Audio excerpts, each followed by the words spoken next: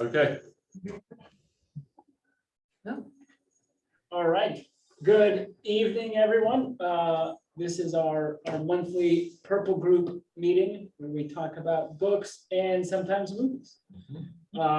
This week, or this month, excuse me, we read The Brilliant Abyss, Exploring the Majestic Hidden Life of the Deep Ocean and the Looming Threat that Imperils It by Helen Scales. She is a British author. Wrote about the deep sea. And so that's what we will be talking about this evening. And before we actually hit record, we found out that Actually, it is recording now. yeah, right before we started recording, Yes. we were talking about the images and photographs that were included in the physical book, but not in ebooks and obviously not audiobooks. So some of us did not get our full money's worth. We missed We're out. finding out. I wonder if I could like show the pictures on the Zoom. Yeah, you should be on able the to owl. stick it yeah. right up in there. Hello, owl. There's one. There's my favorite. This is the one I like the best. That's an alligator getting eaten by isopods. This is up in the Gulf of Mexico, right? Uh-huh. And didn't Yeah. we see it disappeared in like 8 days? Like Yeah, all something 3 like that. alligators did? Yeah. Yeah. Oh yeah, and then here's Ruby the whale at the bottom. See Ruby the whale? Oh, yeah, with the red. The worm little red, things, like straw things. With the green. The worms. lips and Mhm. the- Yeah. The hooks Yeah. inside, Oh, like they're all female with the male Inside. inside. Inside. Yeah, the first animal that attaches becomes female. And then when there's no more room left on the animal to attach to eat, then they attach to the females and then they become males. Huh? Yeah.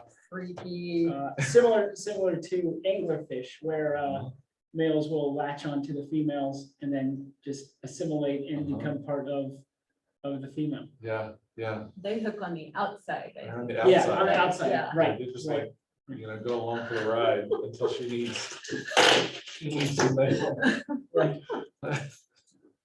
It's like a little holster full of Of males. males. Right, right. Yeah, so the book, if I remember right, it doesn't really have a story arc. It's just, it talks about just all the different levels of the deep sea and kind of how it works. And then it kind of gets really hyper specific on one animal, and it's kind of day-to-day life of sperm whales. Sperm whales, Or yeah. isopods or Jellies. jellyfish, yeah. Or vampire squid. Does she have a chapter on the Empire Squid that I haven't gotten to yet? She doesn't talk as much about vampire squid. She has It's more. mentioned once.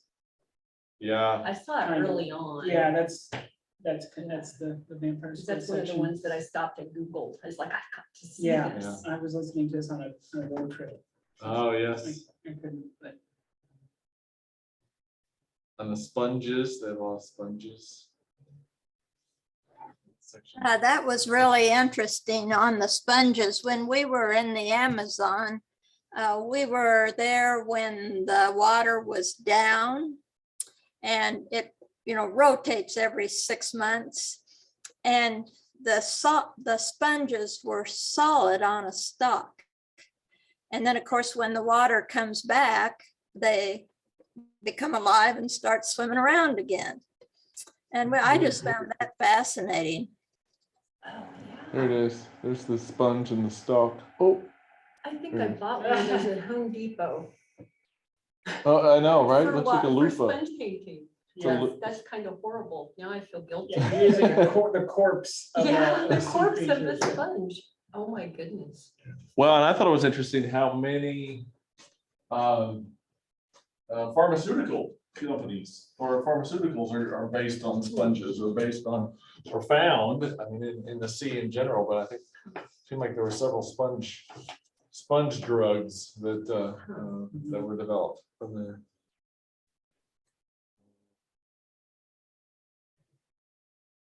Yeah. I think that one of the not fascinating, one of the things that I guess the biggest thing that I've learned from it is that in regards to fishing, that the deeper you go, the longer or the slower life is. Meaning, you know, fish live longer, but they don't reproduce. I mean, there was fish that don't reach maturity until like 10 years or 20 years, right? And so harvesting those, it's like, yeah, you take them all and you're taking in baskets and nets worth, but it takes, you know, 20 years for those to repopulate. So it's like, don't eat those fish. Yeah, is that the orange roughy? Yes, Is that- yes, yeah, that's yeah. one of them. There was a couple that they list in there, right? We didn't get a picture of that one. I wonder what that looks like. Well, and that's the other, yeah, so, you know, the idea of sustainable, you know, eating, I mean, it goes to trees, right? The same thing with, you know, use bamboo, use, you know, pine that grow quicker, Mhm. it's a quicker renewing rate than, Yeah. and stuff. That was an eye-opening. Well, and then even the ways that the different governments will basically readjust, or, you know, so basically most governments have now said orange roughy, we're not gonna farm them anymore, except for New Zealand. And for whatever reason, New Zealand's like, oh, no, here's a lot of evidence that shows that these are more sustainable than we thought, and it's a success story and good for us. And everybody else is like, no, I don't think that's true. But they're like, oh, no, here, have some orange roughy and we'll talk about it over seafood dinner. And it's And it's like they make up a fallacy of some sort of like, right here. right. Well, no, I mean, it's like their math doesn't work, but they say it works, and then it's like, when you think about it, no, it doesn't. Yeah. I wonder how that will turn out in a few years. Right. It's like, That well, catches up with Well, them. they said, oh, it's rejuvenating 70% rather than 30%. And I'm like, yeah, but it's still less than 100%. Therefore, you're still taking more than they're actually Mhm. And the repop- than they're repopulating. So great, your numbers are better, but it's still like you're still taking more than, like you're in debt. Right. Like, Right, like right. eventually, there's not going to be any more because You're you're in debt taking less than more it could have been than they're but it's having. still, right. Like, Yeah, and they say there's something else about that. I just found a quote. So in the world of industrial fishing, this is on page 156 in the book. In the world of industrial fishing, a 60% diminishment is considered a sign of success of a wild population driven down to a point where money can still be made year after year. But perhaps instead, the orange roughy's recovery is the case of a dead cat bouncing with a greenwashed eco label tied to its collar. yes, that's Pretty harsh, Yeah. but true statement. Yeah. Oh yeah, and there it is. Thousands and thousands of teenage or younger orange roughies should be out there, but such quantities have yet to be found. So if this is the case, then they should be developing in, you know, age-wise. Does it say how long it takes them to develop, to mature? Somewhere. It does. Can't remember. Do you all, the McFeeders, do you all remember how long the orange roughy lifespan was? I don't remember the lifespan, but I know that like a lot of other things that become profitable, whether it's buffalo or elephants or anything else, when it becomes profitable, mankind has a way of destroying it. And the deep sea was going to be destroyed also by man's greediness, simply because they found out there's a lot of iron and zinc and minerals down there, and we want them, we're going to get them, and come hell or high water, we're going to get them. And it's a deep subject. Yeah, I wonder if I could turn it up some on here. Yeah, probably. We can hear Marcia. Okay. Yeah, Hear maybe me, I it's just guess. I can hear you. Oh, It's there we- maybe you're a little louder there. We can hear you. We heard what you said. It was just a little bit quieter. Well, that's good. I should be quieter.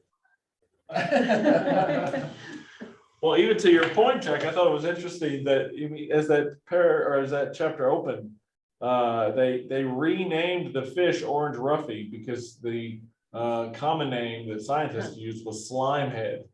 And so, right, so here's this example of nobody's gonna eat a slime head. Marketable. It's not very marketable, and so it's like how much does humankind change to make it accessible, Well, usable, destroyable, all of well, that. even more, did I read that it, if I remember right, I could be mistaken, but it was like orange roughy aren't orange in the ocean. Yeah, right, right. It's like, Huh. it's only orange because they're starved of oxygen, like because you killed it.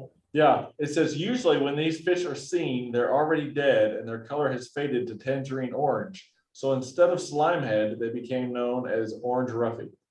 And it's similar to a lot of those fish. I remember the blobfish. I don't know if you're familiar with that. I don't think I mentioned it in the book, but it looks like a blob, right? And it looks very sad. It's got looks like it's got this weird nose and stuff. Yeah, I've seen Yeah, this. and they've made memes about it and stuff, and it's like, you do realize that the reason it looks like that is because it's used to living where the pressure around it is several, times that of, and it like, it's literally falling apart. Like you killed it and it's literally exploding, Wow, and it's a dead, like, wow. fish. Like that's not what it looks like.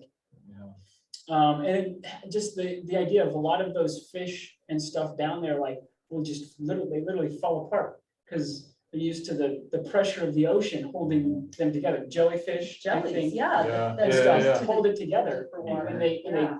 bring them to the surface, and that's what's hard, and you can't research them because once they bring them to the surface, the pressure isn't there anymore, and it just becomes this Uh-huh. goo, Yeah, which is yeah. very interesting to me. Well, even the beached whale example, right? Here's these whales that, they're laying on their side and they're all flat and deflated looking. It's like, oh, Eyes in that the doesn't look like a sand. whale. It's like, well, of course it doesn't look like what a whale looks like in the water. I mean, in the water, the whale is a very different experience.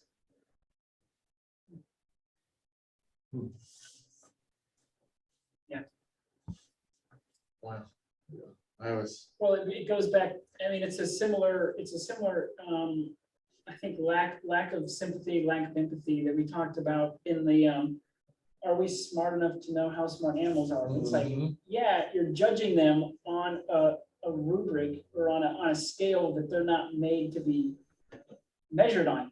Like, it's like taking a long distance runner, making him run sprints and saying, oh, how can you be an athlete? Right, Because I was yeah. built for something else. Like, Yeah, the standard by which you judge is. is your standard and not the standard that God created them. Right, Yeah. right. Part about the whales beaching themselves possibly being due to the magnetic, Yeah. what was it, solar flares or something like that, Oh, disturbing the magnetic forces that created the Yeah. aurora I can't borealis. remember what it, That was really interesting. The noisy ocean may contribute to whale stranding. Thundering clamor from military sonar and the seismic search for oil and gas below the seabed seems to cause deep diving whales to panic and flee to the surface. Like human scuba divers who come up too quickly, whales can suffer decompression sickness or the bends, with nitrogen bubbles forming in their tissues, blocking blood vessels and choking lungs.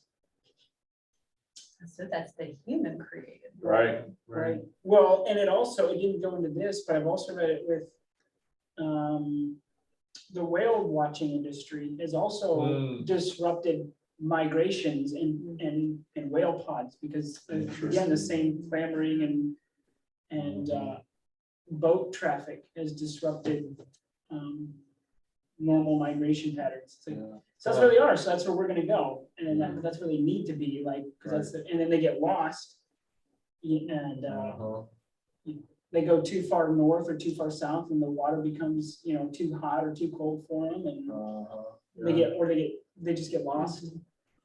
Which is interesting because she makes the point that the Save the Whales campaign is one of the few ecological campaigns that has had this tremendous success, right? I mean, up until the 70s, I mean, we were just, absolutely destroying whale populations.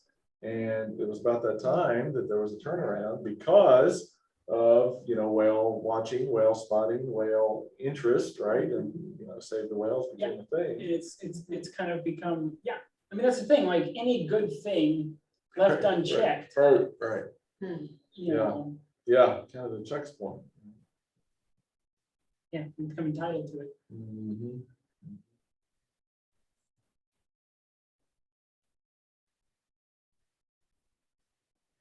I was amazed at how much research had to go into that book and all of the different areas. And she's an amazing writer to be able to put all that stuff together. Of course, I guess she had lots of help and people double checking her figures and stuff like that. But boy, that was an intense book.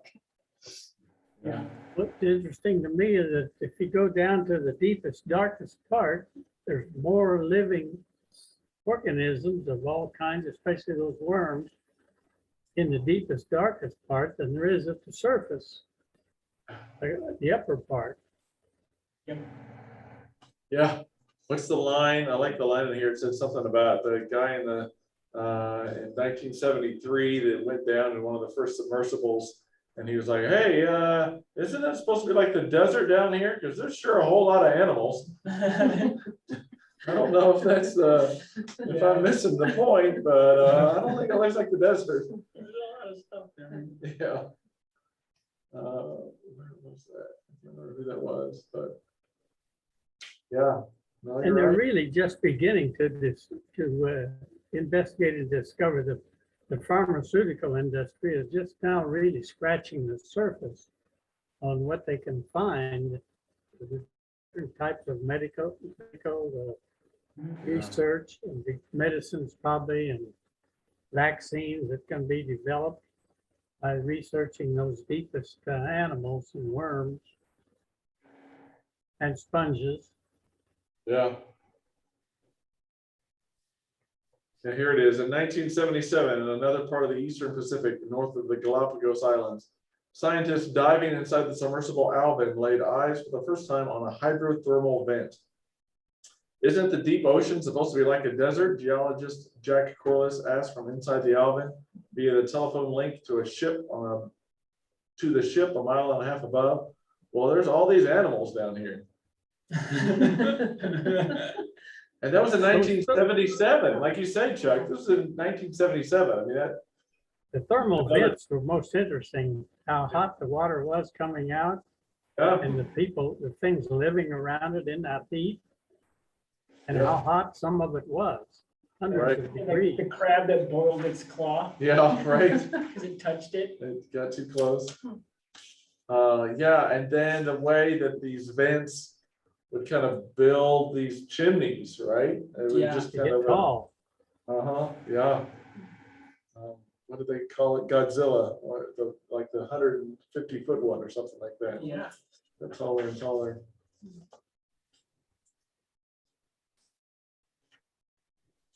Well, and then the guy who just went down, I don't know, in the last decade or something, some rich guy. Oh, right. Yes. I can't remember who Yeah. it was. Yeah. Was it James? I don't think it was James Cameron. It was someone else. No, someone else. It was a name that I. James Cameron was in there though. Yeah, It was James, mentioned after yeah. James Cameron. yeah, went down and found a plastic bag. Right, It's right. like, are you- Like the bottom lowest part the of the lowest Mariana part Trench. of the ocean, and there was a plastic bag. Yep, and a bunch of like. I've- Rappers. That one I looked up. They took a photo of it. It's online. It's just Really? this, yeah, just a white plastic bag. It's the trash Wow. bag Wow. floating around down there like There's the, our legacy. yeah, Yeah. looks like the ending of American Beauty. That's it. I mean, it does say, this is our legacy, right? This is what we're gonna be known for, is all our plastic. Or even, the story that fascinated me was the Apollo 13 mission. Y'all remember that? Yeah. Where, you remember that, Chuck? I remember they had a mission, but I don't remember any details much. I remember- Landed in I the remember- ocean. the book. Well, so, yeah, of course, we remember it from the movie and, right, it's this That's amazing yeah. heroic thing and they get them back. But then it says, so it tells the whole story about, they were worried, they had a problem, then they had this radioisotope thermoelectric generator, right? They were supposed to leave it on the moon, and of course they Oh, couldn't. that's right, And yes. so they're right. worried about bringing this back to Earth. It was encased in this particular canister, but it says, even so, just in case, as the lunar module headed for a splashdown in the South Pacific, NASA nudged its course to make sure it landed above the Tonga Trench. Everything went according to plan. The astronauts returned safely, and the radioactive cask is presumed to be lying somewhere inside the world's second deepest tidal trench, maybe all the way at the bottom, more than 35,000 feet down, which wasn't in the movie. They didn't put that in the movie. They did not. I didn't mention that. Yeah. Oh, I had a question. Where do we get uranium and the radioactive metals? Where do they come from? Mine, dig Yeah. them out of the ground. Yeah, but, you know, but the radioactivity, how does that work? Because it would, hurt us. Yeah. Where did they mine it? Where do they actually get it? How do they protect it? Well, the ore itself, before they refine it, is not that dangerous. I think one of the biggest mines, I'm not sure, it might be in Utah somewhere.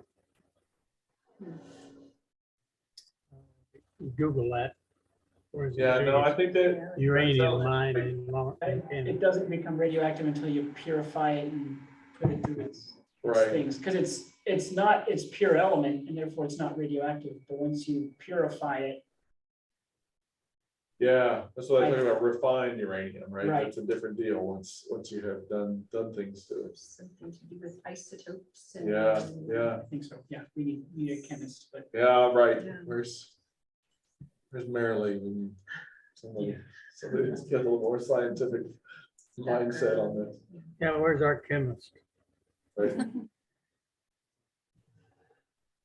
Lynn, where's Lynn? She Oh, could, yeah, Lynn could tell us. Lynn, yeah. the geologist, could tell us about it. But that's a good question, Marcia. My guess is, you're right, Chuck, it has something to do with what we do to it that make it dangerous. Well, so you refine it, but then is there any way that you can add stuff to it to make it unradioactive? I don't think, somebody- Half-life to it. Yeah, I don't know. mean, I don't think Isn't so. it I don't think you can Decades or add, centuries. yeah, I don't think you can add stuff to it. Right. I mean, you'd have to make it in Oregon, which That's means the a lot of nuclear energy. physicist. Yeah, no, I think that's why when they look for places to get rid of it, right, they've got to go way far away from, Mhm. put it pretty safe. Well, and even, that was another fascinating part about the Deepwater Horizon oil spill, and talking about that they tried to treat some of the oil in that by adding a chemical to it. And then they said that the chemical ended up being more toxic than the oil And itself. oil. And so, maybe they could do something to kind of reverse some of the isotope, but it may not be better. Solution in might the be long worse run. than I mean, it's like problem, anything, yeah. right? Tattoo removal is more painful than Right. getting a tattoo. Right, It's- right. And does the radioactivity have a timeline, or is it forever radioactive? Everything has a Had a half-life. lifetime, I don't know what the half-life of uranium is. Yeah, half-life of 280 years or something like that. Yeah, that's it. Look it up on Google. But Well, they that's also good, use yeah. those uranium isotopes and stuff to develop new medicines and new, to study DNA. Oh, are you gonna get flagged by some government agency looking this stuff up? And What's that? Are you gonna get flagged by some government agency for looking up how to, Right, the FBI will be on my doorstep, or Right. whatever the organization is. Now, are we talking 238 or 235 or 234? Apparently, there's different kinds of uranium. Well, yeah, but I think those Yeah. numbers denote its half-life, right? oh, maybe that's it. Maybe. Or- The half-life of uranium 238, oops, go back, is 4.5 billion years. Oh. So no, it's not. No. It has to do with, it has to Wow. probably do with the amount of electrons. It decays It's into atomic radium number. 226, which in turn decays into radon 222. Radon 222 becomes polonium. Wow. So to answer your question, Marcia, unless you've got a plan to get rid of it, I wouldn't start refining much uranium in Yeah. your basement. I don't have to worry about, the governments are doing it. Right. That's true. Exactly. So, side note, spent uranium, we learned at the Glass Museum in Rhode Island, is used to make yellow glass. Oh, really? Yes, and it is slightly radioactive still. Oh, nice. They will light it up and it glows. Yeah, and they have a little Geiger counter, like it's behind the case, Uh-huh. and the Geiger counter is ticking. Nice. Remember that next time you go glass shopping. Right, don't get the Don't yellow get the yellow- glass. the It's yellow- like the don't eat yellow snow. snow. Don't drink from the yellow glass. Don't lick the yellow glass. Oh, shoot.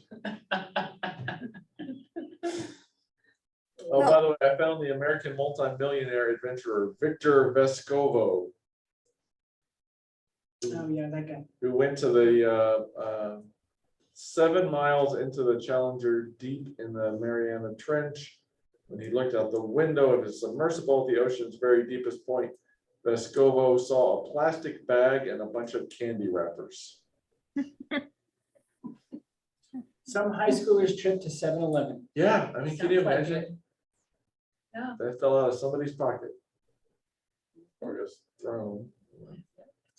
Or was thrown away and blew out of a landfill, Right, went down the river.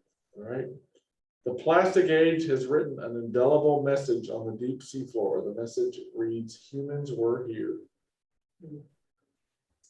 It does remind me, there, I don't know if it was a TED Talk or someone was writing, we say we throw stuff away, but where is away? Mhm. Right. Mhm. Like, there's no such thing as throwing it away. Right. You just throw it somewhere else. Somewhere It else. doesn't somewhere go on the away, planet. Yeah.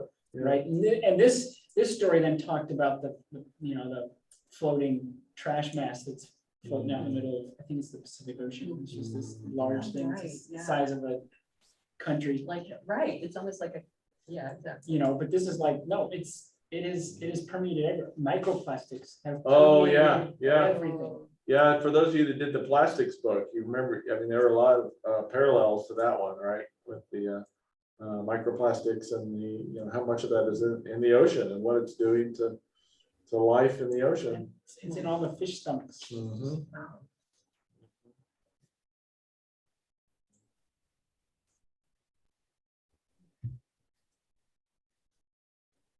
So where's the good news?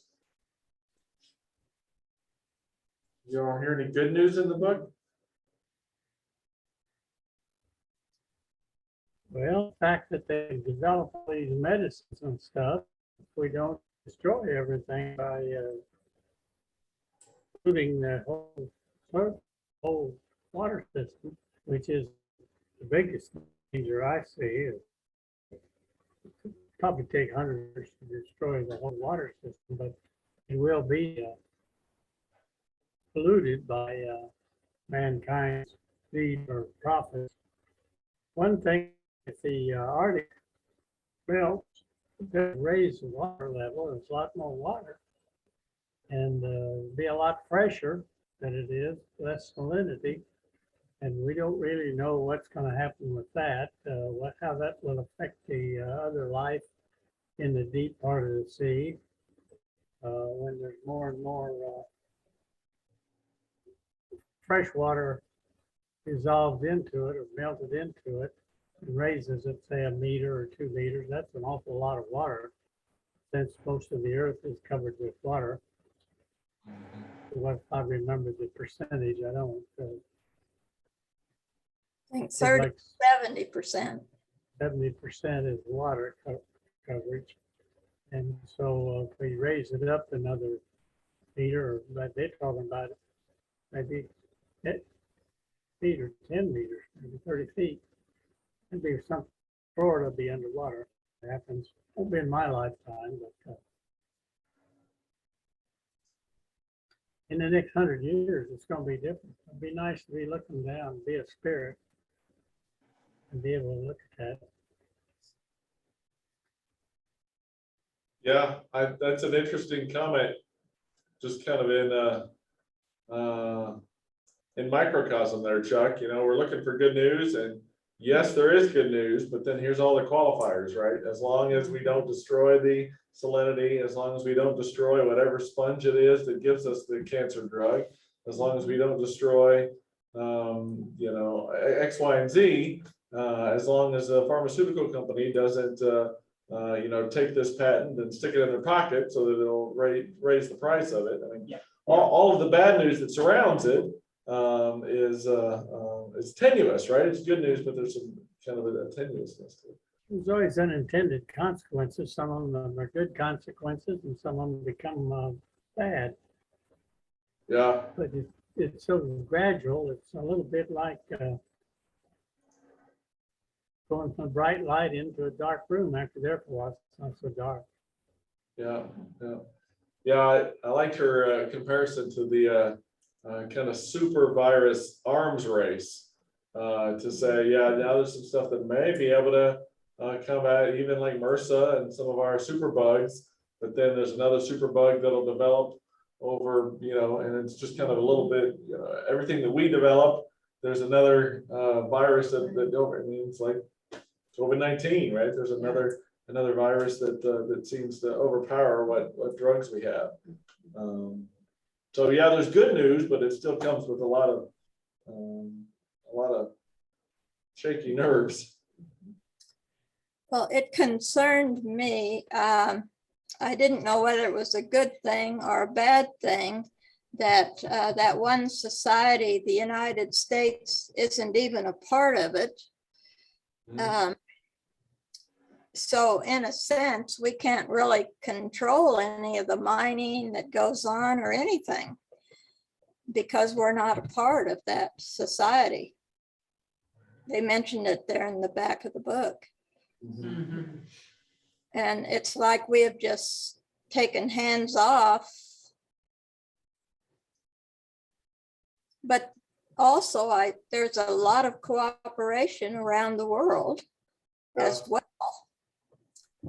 But you know, they're in the last part of the book, they were talking about all of these mining certificates that they could start mining the metals in the sea, and that's really gonna mess things up. Yeah. Gonna really destroy that environment. And I think Matthew had mentioned earlier, it takes a lot longer time for those things to rebuild themselves. But people do things for money and greed and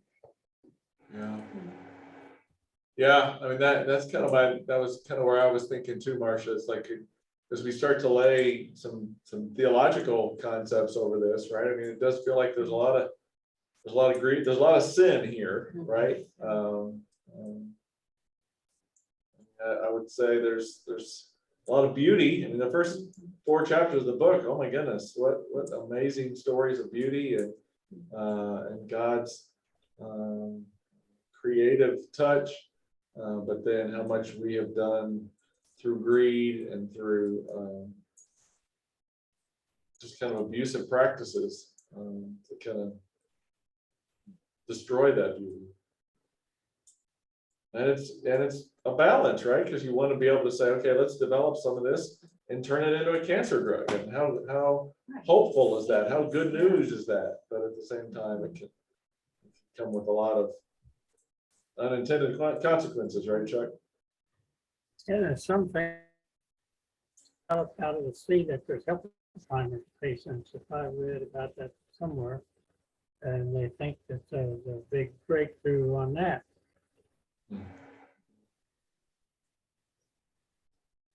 But all of that comes from all kind of different kinds of scientists that look for things, whether medical scientists and doctors and engineers and chemists. And they all have related fields, kind of like that other book we started reading, they're going to be with the trees. I just started reading that new book, I guess, in May or June. Is that next week or next month? That's neat. It seems like there needs to be like auditors of some kind that say, wait a minute, is that a good idea? Right. You know, what are the repercussions of X, Y, or Z going to be? What are the repercussions of going after this substance from the sponges or, because it seems like so many times humans cause as many problems as they Yeah. resolve. Yeah. Well, I don't think it's, a lot of it is intentional as much as it's we Right. do something, oh, we found something, and in haste, we mine it thinking it's fine, there's enough of it, we don't realize all the complications. And I think there's a study, right, that right, they strip mined a small Oh. section of the earth, of the deep Mountains, sea. yeah. All right, let's see what happens, right? Mhm. And it's like, yeah, let's experiment, let's test it, see what happens. What are the implications? What are the ramifications of our actions? Right. Because we think it's a good thing, but we don't know. Yeah. And I Yeah. think the idea of patience and diligently mining or, acting, before hastily doing it and Right. finding out later, oh, this was a The difference between strip mining a little bit in the deep sea, it's not like strip mining a bit, a few hundred acres on the side of a mountain. It doesn't affect the other side of the mountain. But when you mine the deep sea, it eventually affects the entire water system worldwide. Yeah. Yeah. So Well, they're all and connected. even some of the ways that strip mining in the mountains, they say, okay, well, we can do this, and we've done some testing, and it looks like it's okay, but it's after they raise the stakes, raise these longitudinal studies to realize, oh, wait a minute, we just dumped a bunch of nickel and Heavy metals. arsenic and heavy metals into the Yeah. water supplies of these little West Virginia towns, and 70% of the town has died of cancer. Yeah. And so it's like even if you try to do some of that experimental stuff, it's hard to, well, I mean, the example, this is not in the book, but even about trying to protect, I think about the Smokey the Bear example, right? It's for generations, we said how great it was to make sure you don't have any forest fires, make sure that, any fire in the forest is anathema, even though now we're discovering, or have been discovering how important fire is to the natural habitat of the forest. Of course, the problem is that we live in the forests and it changes our interaction with the forest. But, like you said, there's so much that humanity has kind of been wrong-headed about, even trying their best, even trying to be. There's plenty of studies about, okay, let's cull some of the elk to bring back the wolves. Oh, now we have to cull some of the wolves to bring back the elk, and all the balance that is. Well, it gets to the point of like, when God gave us the command to tend the earth, what does that mean, right? How much does our awareness give us the agency to do something? Yeah. And how much of it is like, no, you're doing too much, like be aware of it and watch it. Right. I mean, I think we play that with, you know, our military does it because we have the biggest military, right? When do we step in on someone's fight because someone's getting picked on versus, you know, you're doing something that you don't know anything about.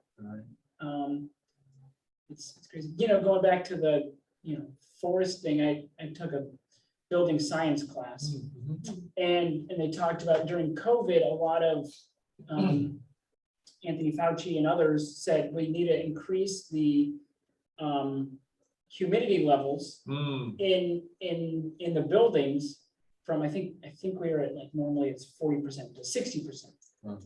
And it's like, yeah, that's true, because that kills the virus. It can't live in such a humid climate, but you're going to cause mold growing in your buildings, right? And so it's these things of like, yeah, that is a solution, but you then have to realize, okay, well, you have to build your buildings differently then.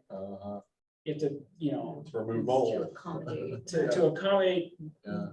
you know, something else.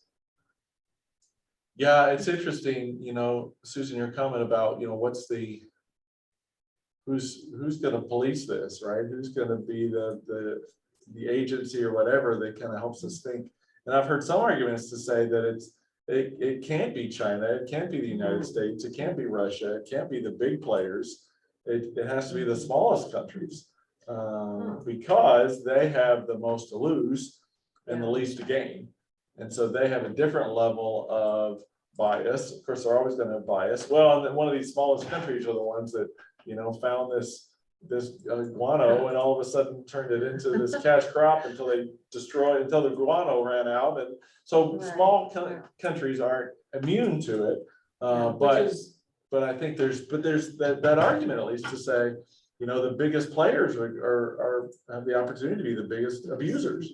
Well, it has to be a collective. It has to be people who have who are going to be affected by it differently. Yeah. I mean, if everyone that's making the decision is going to be affected the same, then it's too much advice. You need to have a check. Yeah, or if they have a conflict of interest somehow, like if they're benefiting. You're interfering with my rights. Say again, Chuck, what'd you say? That you're interfering with my rights to be abusing of the Huh? environment. I Yeah. want to throw trash on the ground, I should have the right to do it. Right? I want to shoot somebody, I ought to have the right to have a gun and shoot them. My right. Right. Yeah, I mean, you know, you say it in kind of the ludicrous, but it's an argument that's made all the time by companies that say, well, this is our land, and so we can harvest it, whatever we want to do on it. And I'm not worried about the Rocky Mountain spotted owl. I'm worried about the bottom line, and I'm worried about jobs, right? And that's another argument that said, Keeping humans I want alive. to keep humans alive by Right. making sure that jobs are, you know, that I hear that all the time in Kentucky and West Virginia about coal jobs. You know, if you don't protect the coal companies, you're going to hurt the coal workers. And so there is that argument that's pretty regularly used, I think. It's my rights, it's my ability, I can do what I want. Tobacco growers. Yeah. Tobacco, in Kentucky and North Carolina. North Carolina. I think it's one of those things of like, I feel like in the idea of it's my right, or I have the privileged right to do that. I think we just need to take one more step back. Is that infringing someone else? You know, what is that affecting? Yeah. Is it and a lot of the times it's actually infringing on one of your other rights. That's a deeper right. Like, you know, like, yeah, you do this, but it causes pollution and it's actually harming your right to be healthy. Right. Yeah. And beyond, I'm sorry. No, go ahead. I was just thinking, and beyond human rights, I mean, thinking in terms of the whole ecosystem, you know, how is this damaging the whole thing? I mean, it eventually comes, you know, what goes around comes around, it's eventually gonna affect you, but maybe you and I aren't the only concerns. I'm reminded of actually this Sunday's scripture passage from Philippians 2. Paul says, "Do nothing from selfish ambition or conceit, but in humility regard others as better than yourselves. Let each of you look not to your own interests, but to the interest of others. Let the same mind be in you that was in Christ Jesus, who, though he was in the form of God, did not regard equality with God as something to be exploited, but emptied himself, taking the form of a slave, being born in human likeness, and being found in human form, he humbled himself and became obedient to the point of death, even death on a cross." And it's interesting how much of that language sounds like, what environmentalists will sometimes use from a different ideological perspective. But how, as Christians, can we make this argument to say, Christ shows us how to do this, right? Christ shows us how to not exploit, how to not look to our own self-interest, but to look to the interests of others, right? A lot of native ideology talks about this is not my, it's not about my rights, it's about the rights of 7 generations down the road, right? Yeah. That's who we can be. Well, and it's, yeah, I Right. actually just Right. read Yeah. an article or a blurb about that says, we don't talk about our rights, we talk about our obligations. Like I am obliged to, from my ancestors to my descendants, to take what my ancestors have given me, protect it, keep it going, and pass it on to my descendants.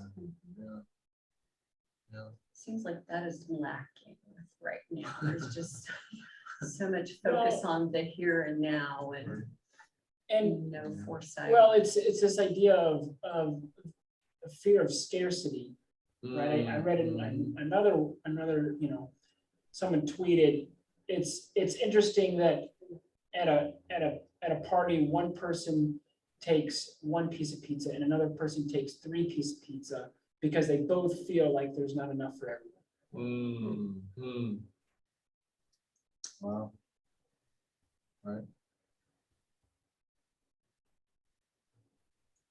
That's a totally, very different mindsets. It's that, yeah, oh, there's not enough. I'll take half of what I think I should so that everyone can have something, or I don't think there's enough, I'm gonna hoard it. That's right. I mean, Yeah. And or throw away. and then not finish it, right? Yes, right. Sounds like a youth party, right? Yeah, yeah. I take 7 pieces of pizza and then eat 4 of them.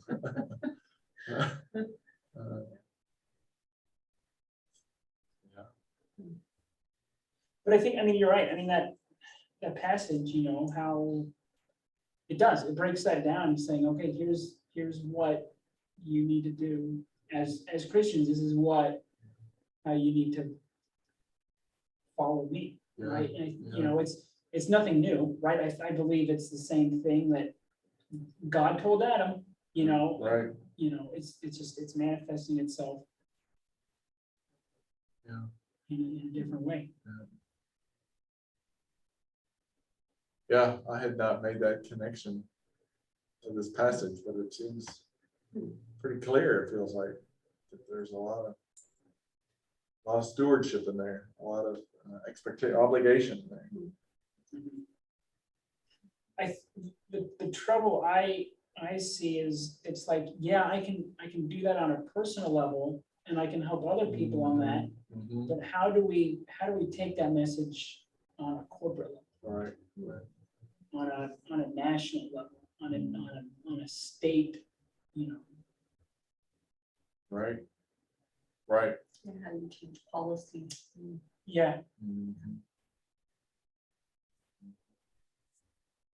because private people aren't like, don't have, like, a lot of this stuff is very expensive to start. Like, there's no private, there's not a private person, one person with a farm tractor going Right. down there mining. That's right. Right. It's like, it has to be a corporate Your corporate venture. Yeah. venture, yeah. Mhm.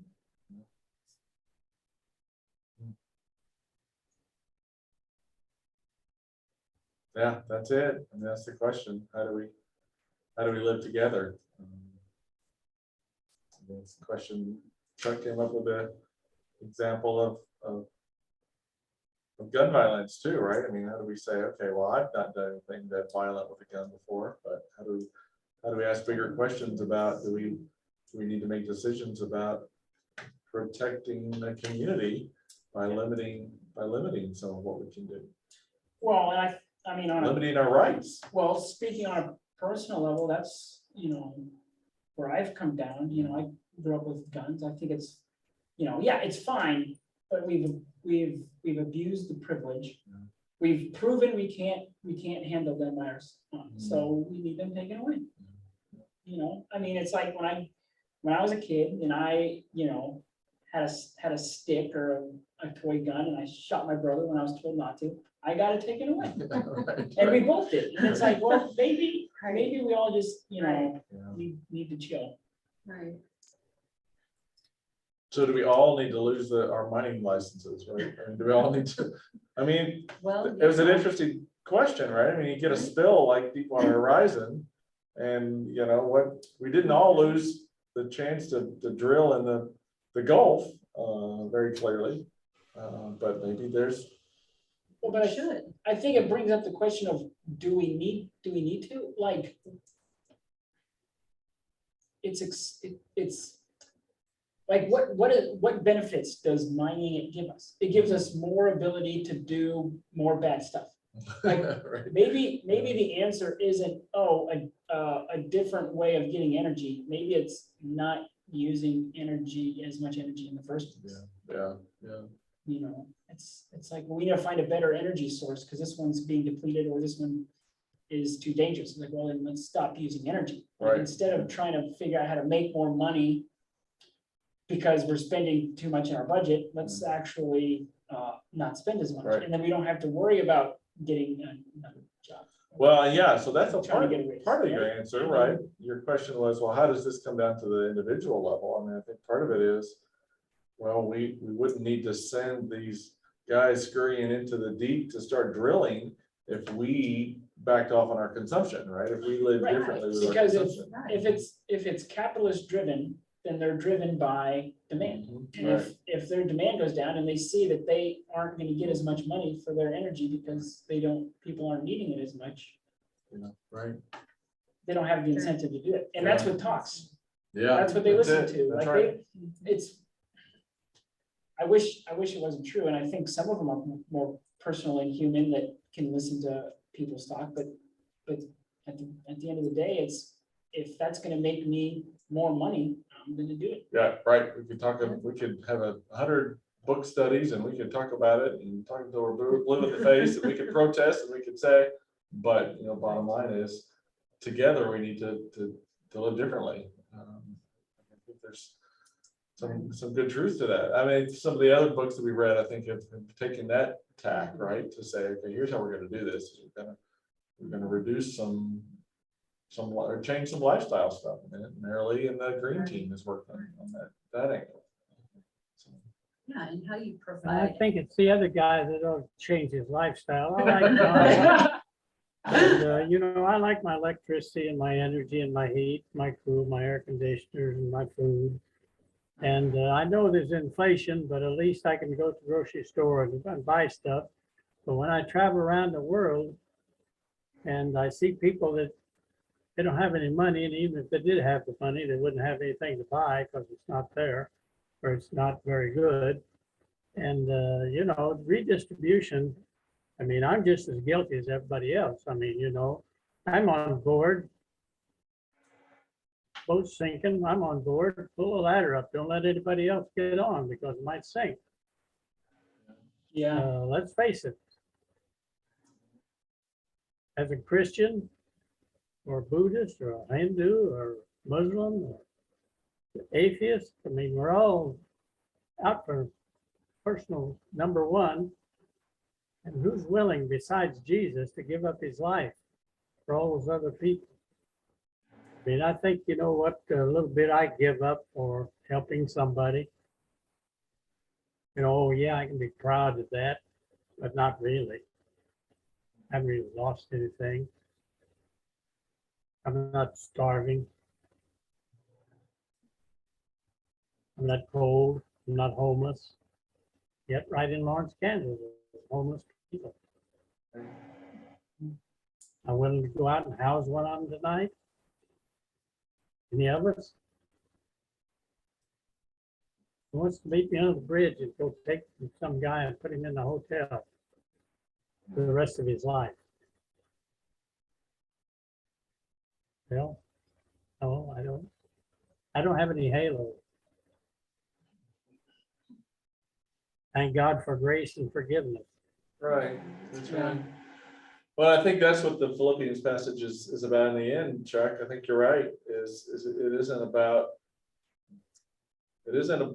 as simple as we'll be more like Jesus. I think if it says anything simply, it says, you can't be like Jesus, only Jesus can do that, right? And so, like you say, thank God for the grace of Jesus, who did have all of this and still gave it away, who did have all of this and still didn't see it as something to be exploited. And so maybe that's the end. Well, End of the and day. he told Adam and Eve, be fruitful and multiply. He should have said, be limited. Don't try to do it. You know, you got 7.5 billion people running around. Many of them, 80% of them starving to death and 20% using up to 80-90% of the goods and services. Be less fruitful. Multiply less, please. Yeah, We'll have to be careful about that too. That's right. There's some government attempts to do that too. Well, in terms of incentivizing, I was, back years ago, I used to work for the Whole Center, and they brought in a speaker named Winona LaDuke. She's a Native American from South Dakota. I think she's in the Green Party. But I remember in her lecture, she talked about mothering her 2 sons and how she would say, you know, if you make a mess, you clean it up. Yeah. If you make a mess, you clean it up. You know, that's how she, the parent, and that maybe it needs to be the same with Right. corporations and such. But as far as incentive goes, how do you Right. incentivize that?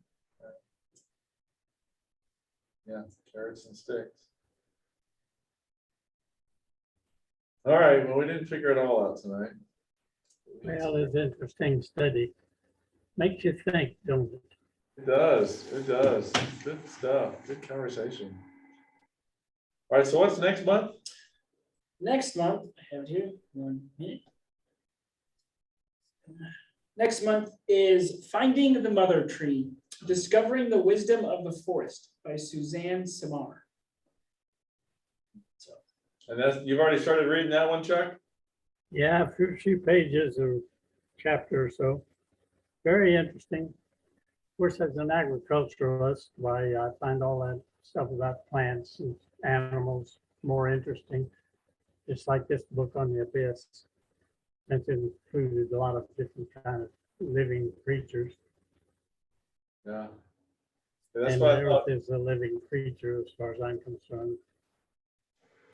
Yeah, that's what was really interesting about this one for me, is it felt so foreign. I mean, it's places that most of us will never go. The tree one will be interesting next month, right? Because that's something we all walk by every day, is a tree, and what does it mean? And so there's going to be a different accessibility there. So, all right. Yeah. There's a date for that one. What's the date for that one? that is June 29th. 6:30. Well, good book. Thanks We're for laying the choosing creek it. up, right? See y'all later. All right. Thanks, Chuck.